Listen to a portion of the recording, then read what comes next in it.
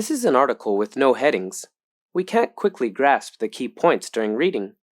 With specific heading styles, the level, structure, and content of an article will become very clear.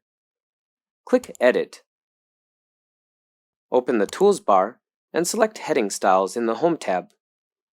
There's a normal style for the body and multi-level heading styles for the titles. You can set heading 1, 2, and 3 respectively according to the content of the article. We can also choose the appropriate styles according to the different content of the article. Click More. Suppose we're typesetting a book. We can select Title for its title so that the title will be automatically centered. After setting the headings, the system will establish the table of contents according to the heading levels. In the View tab, click Content to activate the table of contents. When browsing a long article, with the help of Content, readers can quickly get the structure.